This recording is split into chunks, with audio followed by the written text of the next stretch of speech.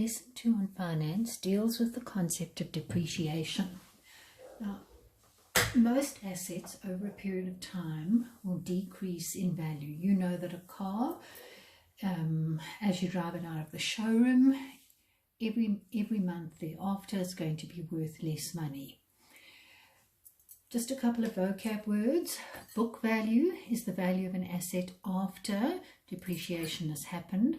And the words book value and scrap value pretty much mean exactly the same thing. Now, just as we could work with simple interest and compound interest, you have two methods of depreciation. The first is called straight line depreciation. And what happens here is the value of the asset drops by exactly the same amount every single year. It's a fixed percentage of the original value. So whatever your value, if you lose 100 Rand in the first year, you will lose 100 Rand in the second year, and so on until your asset is worth nothing at all. The other type of depreciation is depreciation on a reducing balance. Okay, so the depreciation decreases as your asset decreases in value. So for example, if you lost 100 Rand in the first year, you might only lose 98 Rand in the second year and 95 Rand in the third year, and so on. And so as you decrease in value, this curve flattens off. It's actually a decreasing exponential curve. And so this curve never actually reaches the x-axis. And therefore your asset is never actually going to be completely of no value at all. Let's have a look at an example. A school buys a minibus for 950,000, which depreciates at 13.5% per annum. Determine the value of the minibus after 3 years. If the depreciation is calculated, let's first of all do on a straight line basis. Now, depreciation on a straight line basis, our future value is our present value 1 minus IN.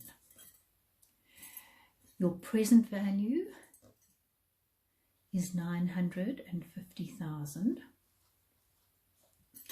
1 minus, your interest rate is 13.5%, 0.135, and you're talking about a period of 3 years.